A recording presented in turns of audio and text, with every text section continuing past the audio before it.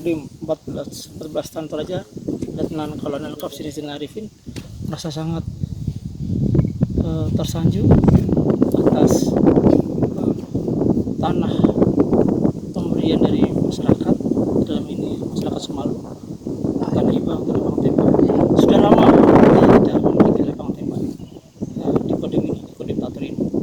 Dari pertama berdiri sampai sekarang tidak ada lapang tembak. Kami sangat berapresiasi keikhlasan dari masyarakat Semalu memberikan sebidang tanah untuk sarana latihan TNI.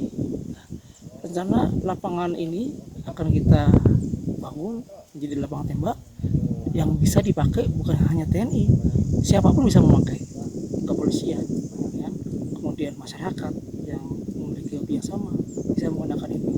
Dan juga kita lihat di sini pemandangan bagus.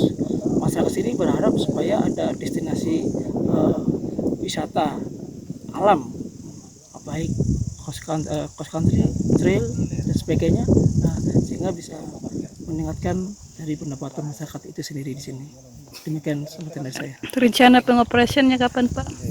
Rencana untuk kalau kami